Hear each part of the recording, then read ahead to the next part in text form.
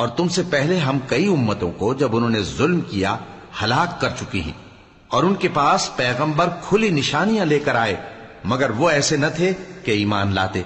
ہم گنہگاروں کو اسی طرح بدلہ دیا کرتی ہیں۔ پھر ہم نے ان کے بعد تم لوگوں کو ملک میں خلیفہ بنایا تاکہ دیکھیں کہ تم کیسے کام کرتے ہو، اور جب ان کو ہماری آیتیں پڑھ کر سنائی جاتی ہیں تو جن لوگوں کو ہم سے ملنے کی امید نہیں وہ کہتے ہیں کہ یا تو اس کے سوا کوئی اور قرآن بنا لاؤ یا اس کو بدل دو۔ کہہ دو کہ مجھ کو اختیار نہیں ہے کہ اسے اپنی طرف سے بدل دوں، میں تو اسی حکم کا تابع ہوں جو میری طرف آتا ہے۔ اگر میں اپنے پروردگار کی نافرمانی کروں تو مجھے بڑے سخت دن کے عذاب سے خوف آتا ہے۔ یہ بھی کہہ دو کہ اگر اللہ چاہتا تو نہ میں ہی یہ کتاب تم کو پڑھ کر سناتا اور نہ وہی تمہیں اس سے واقف کرتا، پس میں اس سے پہلے تم میں ایک عمر رہا ہوں اور کبھی ایک جملہ بھی اس طرح کا نہیں کہا، بھلا تم سمجھتے نہیں؟